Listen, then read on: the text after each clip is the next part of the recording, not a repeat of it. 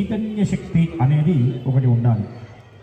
మనకి ఎదుటి వాళ్ళు ఏ విధంగా మాట్లాడినా కూడా మనం సౌమ్యంగా సమాధానం చెబితే అక్కడితో ఆ విషయం 3 రోజుల పాటు స్థిర ప్రతిష్ట చేసుకోవాలి అని సంకల్పం చేసి ఈ రోజున 2వ రోజు కూడా దాదాపుగా 80% అనుకున్నటువంటి కార్యక్రమాలన్నీ కూడా పూర్తి చేసి ఉన్నాం.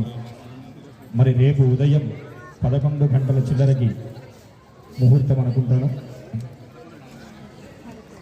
11:40 సుముహూర్తము మహోత్సవం.